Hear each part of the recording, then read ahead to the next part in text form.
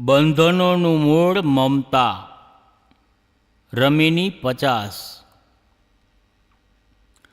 કહિત મોહી ભયલ યુગચારી, સમુજત નાહી મોર સુતનારી. બંસી આગી લગી બંસી જરિયા, ભરમ ભૂલ નર ધંધે પરિયા. હસ્તી કે ફંદે હસ્તી રહી, મુર્ગા કે ફંદે મુર્ગા રહી. લોહે લોહ જસ કાટુ શયાના, ત્રિયા કે તત્વ ત્રિયા પહેચાના. સાખી નારી રચનતે પુરુષા, પુરુષ રચનતે નાર. પુરુષી પુરુષા જો રચે, તે બિરલે સંસાર. આનો ભાવાર્થ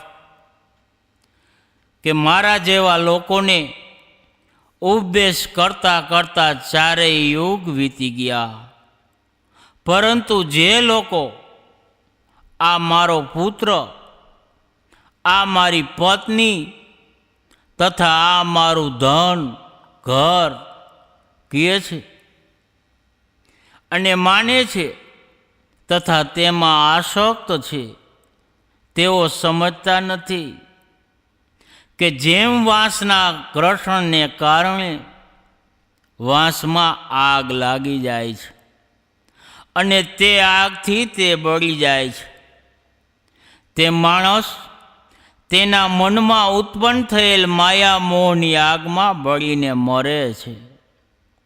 લોકો સ્થૂળ પદાર્થો તથા મનની કલ્પનાઓમાં ભ્રમિત થઈને તથા પોતાના સ્વરૂપને ભૂલી કર્મ બંધનોમાં વેપારમાં ફસાઈ જાય છે. જેમ શીખડાવેલી હાથણી તથા હરણીના બંધનોમાં જંગલી હાથી અને હરણ ફસાઈ જાય છે, જેમ ચતુર કે હોશિયાર લોકોએ એક લોઢાથી બીજું લોઢું કાપી નાખે છે, જેમ કે સ્ત્રીનો સ્વભાવ બીજી સ્ત્રી દ્વારા ઓળખી શકવાને કારણે કૂટની અને માયાવીની સ્ત્રીઓ દ્વારા ભોળી સ્ત્રીઓને ખરાબ કામ કરાવવા માટે ફસાવવામાં આવે છે.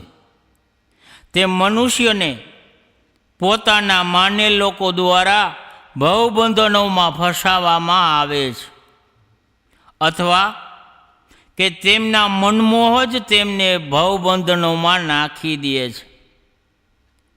સ્ત્રી પુરુષમાં પ્રેમ કરે છે અને પુરુષ સ્ત્રીમાં પ્રેમ કરે છે, પરંતુ જે પુરુષ સ્વરૂપ ચેતન માં જ પ્રેમ કરે છે, તેવા સંસારમાં કોઈ વિરલા છે. આની વ્યાખ્યા સદગુરુ કબીર સાહેબે આ રમીનીમાં એ જણાવ્યું છે કે તને તારા મનનો મોહ તથા પોતાના માનેલા પ્રાણીઓ દ્વારા બંધન તને મળે છે. કહિત મોહી ભયલ યુગચારી.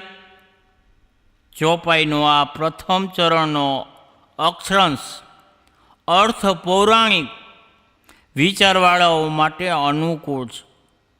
તેઓને અહીં તેમના ભાવુક વિચારોના સમર્થનમાં અર્થ કરવામાં સરળતા છે.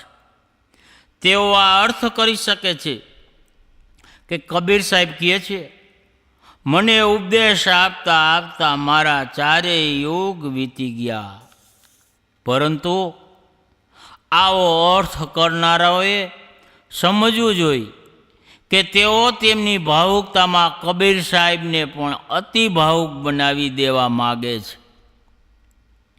બીજા એવા વિદ્વાનો છે કે જે બીજકમાં પ્રક્ષેપની તપાસ જ કરતા રહીએ છે. તેઓ આ સ્થળ અર્થ માની અને તે કબીરપંથીઓ દ્વારા પ્રક્ષેપ માને છે કે જે કબીર સાહેબને દરેક યુગમાં અવતાર લેનાર માને છે, પરંતુ આમાં પહેલી ધારણા શ્રદ્ધાતિરેક છે અને બીજી ધારણા બુદ્ધિ અતિરેક છે. સમુજત નાહી મોર સુતનારી.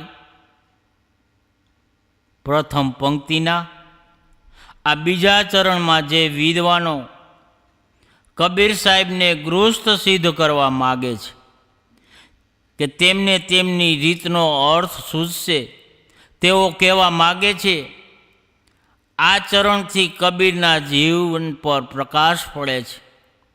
એટલે કબીર સાહેબ કહે છે કે મારા બાળકો તથા પત્ની સમજતા નથી. એટલે કે કબીર પત્ની અને બાળકોવાળા હતા.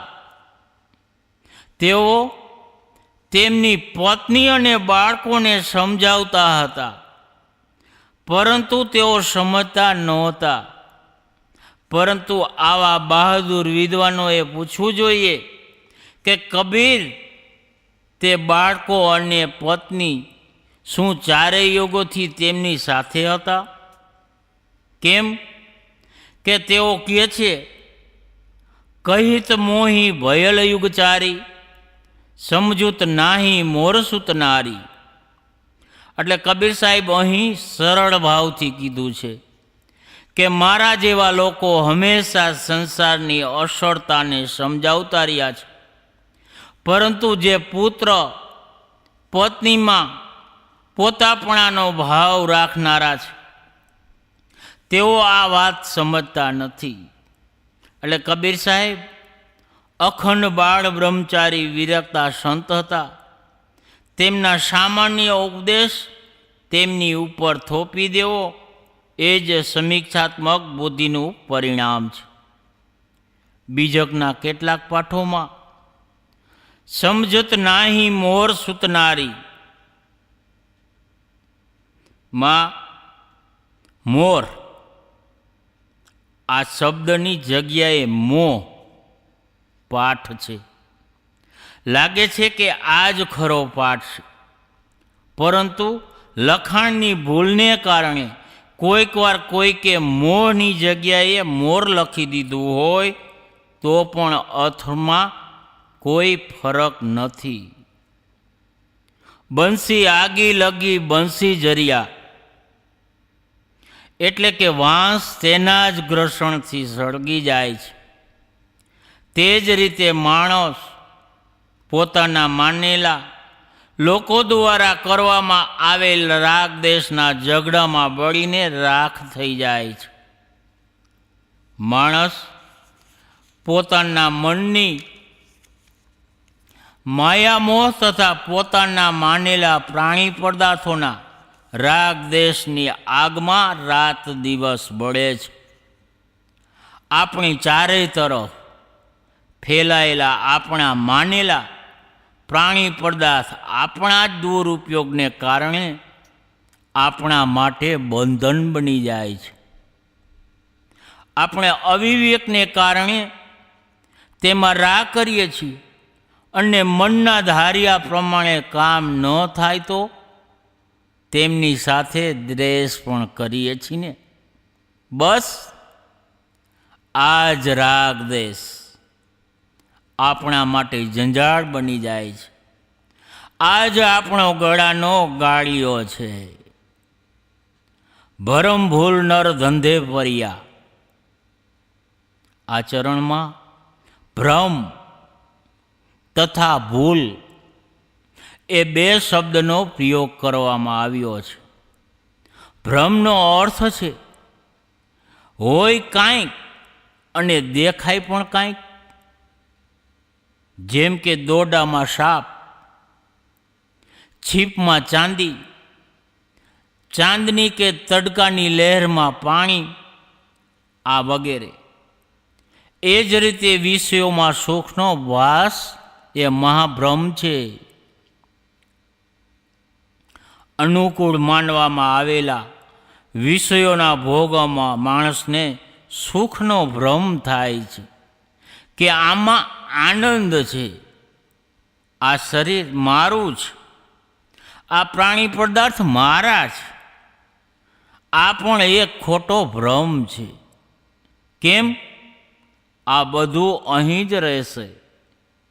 મારા પોતાના આત્માથી અલગ કોઈ પરમાત્મા છે, એમના દ્વારા પરમાનંદ મળશે, એ સૌથી મોટો ભ્રમ છે. ભૂલનો અર્થ છે કે પોતાના આત્માને ન જાણવું. હું શુદ્ધ ચેતન છું, આ એક હકીકત છે.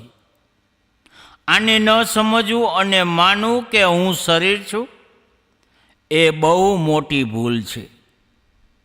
ટૂંકમાં કહીએ તો કે જે કાંઈ આપણાથી અલગ છે તેમાં સુખ તથા સ્વત્વનો ભ્રમ છે અને પોતાના અવિનાશી ચેતન સ્વરૂપને ન સમજવું એ મહાભૂલ છે.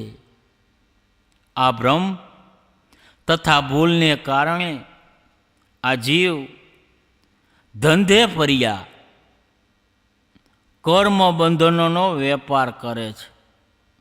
ભ્રમ તથા ભૂલને આપણે વિષયાશક્તિ તથા અજ્ઞાન કહીએ છીએ. આના જ કારણે જીવ ભટકી રહ્યો છે. પોતાની અંદરના અજ્ઞાનરૂપી અગ્નિ દ્વારા માણસ કેવી રીતે બળે છે? આના માટે ઉપર વાંસના ઘર્ષણથી વાંસ સળગવાનું ઉદાહરણ પણ આપવામાં આવ્યું ને.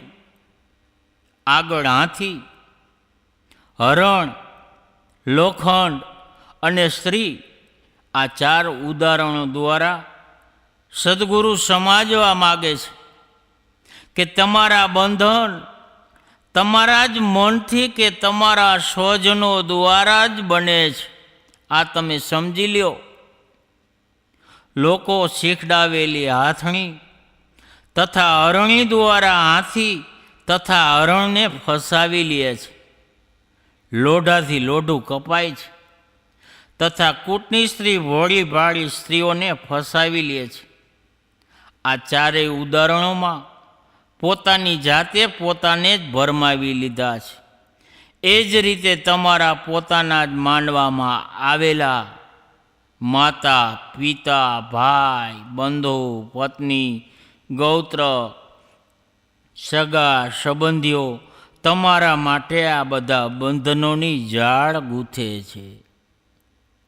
જે જાળમાંથી બહાર નીકળવા માગે છે તેને સમજાવી પટાવીને પાછા ફસાવે છે. કોઈકની પણ આગળ કોઈ પણ વાત વારંવાર કહેવામાં આવે તો તેની અસર તેના પર પડવા માંગે છે. એ પરમ સત્ય છે કે જો માણસ સતત સાવધાન રહે તો તેને બીજો કોઈ માણસ બંધન આપી શકતો નથી. મુખ્ય બંધન તો પોતાની જ મોહમાયા તથા અહંતા મમતા છે. જેમ લોખંડમાંથી ઉત્પન્ન થતો કાટ તે જ લોખંડને કોરી ખાય છે ને, તેમજ આપણા પોતાનાથી ઉત્પન્ન થયેલ અજ્ઞાન તથા ભ્રમ આપણને ખાઈ જાય છે. જેમ પોતાનાઓ દ્વારા સુખ સગવડો મળે છે તેમ પોતાના દ્વારા જ દુઃખ તથા બંધન પણ મળે છે. અને આપણે ઐતિહાસિક રીતે પણ સમજી શકીએ છીએ કે રાજા દશરથ પોતાની જ પ્રિય પત્ની કૈકેયી દ્વારા મરણાતક દુઃખ થયું. પોતાના ભાઈ વિભીષણ દ્વારા દુશ્મન પક્ષે ભેદ જણાવવાને કારણે રાવણનો નાશ થયો. ઘરનો ભેદી લંકા ઢોવે, આ એક કહેવત પડી ગઈ કે પ્રચલિત ધારણા પ્રમાણે રાજા જયચંદ વિદેશીઓ સાથે મળી દેશનો ઘાતક બન્યો. બાદશાહ શાહજહાંને પોતાના જ પુત્ર ઔરંગઝેબ દ્વારા જેલમાં પૂરી દેવામાં આવ્યો. આ યાદી ઘણી લાંબી બનાવી શકાય છે. અંતે સાખીની પ્રથમ પંક્તિમાં સદગુરુ કબીર સાહેબ કહે છે કે સ્ત્રી પુરુષમાં પ્રેમ કરે છે તથા પુરુષ સ્ત્રીમાં, એટલે કે સ્ત્રી અને પુરુષ એકબીજાના શરીરમાં મોહ કરે છે, જે એક મૃગ તૃષ્ણા છે. જો સ્ત્રીના શરીરમાં આનંદ હોત તો સ્ત્રી તેના શરીરના આનંદને લઈને સુખી રહેત, પરંતુ તે જ પુરુષ શરીરમાં આકર્ષિત છે, અને જો પુરુષના શરીરમાં આનંદ હોત તો તે તેના શરીરના આનંદને લઈને તૃપ્ત રહેત, પરંતુ તે સ્ત્રીના શરીરમાં આકર્ષિત છે, એટલા માટે નથી સ્ત્રીના શરીરમાં આનંદ કે નથી પુરુષના શરીરમાં. સ્ત્રી અને પુરુષ બંને જ શરીર અધ્યાયની મુગ્રા તૃષ્ણામાં દોડી જ રહ્યા છે, અને આ રણ પ્રદેશમાં તેઓ બંને આજીવન તરસ્યા મરી રહ્યા છે. પુરુષની પુરુષો જો રચે તે બિરલે સંસાર. આ વાક્ય ઘણું જ મહત્વપૂર્ણ છે. અહીં પુરુષ શબ્દ કોઈ સ્થૂળ પુરુષના શરીર માટે નથી, પરંતુ પુરીશેત ઇતિ પુરુષ, એટલે કે જે શરીર રૂપી પૂરમાં શયન કરે છે તે પુરુષ છે. સાંખ્ય દર્શન જડ પ્રકૃતિથી અલગ શુદ્ધ ચેતનને પુરુષ કીધું. શ્વેતવાશ્વેતર ઉપનિષેદમાં 4:7 પણ સામાન્ય વૃક્ષ છે પુરુષા નિમિગ્નો કહીને ચેતન માટે જ પુરુષ કીધું છે. એટલા માટે સદગુરુ કબીર સાહેબ કહે છે, પુરુષની પુરુષા જો રચે તે બિરલે સંસાર. જે ફક્ત પુરુષ જ પુરુષમાં પ્રવેશ કરે છે, એટલે કે જે ફક્ત પોતાના શુદ્ધ ચેતન સ્વરૂપમાં જ લીન થાય, એવા કોઈક જ વિરલા સંસારમાં છે. સંપૂર્ણ વિષયાશક્તિ દૂર થવાથી જ પોતાના શુદ્ધ ચેતન સ્વરૂપમાં અનુરાગ થાય છે. આત્મરતિ, આત્મપ્રેમ, આત્મતૃપ્તિ જ જીવનની સર્વોચ્ચ દશા છે. જેમને શરીરાશક્તિ બધી રીતે મટી જાય છે, તે જ પોતાના શુદ્ધ પારખ ચેતન સ્વરૂપમાં સ્થિત થાય છે.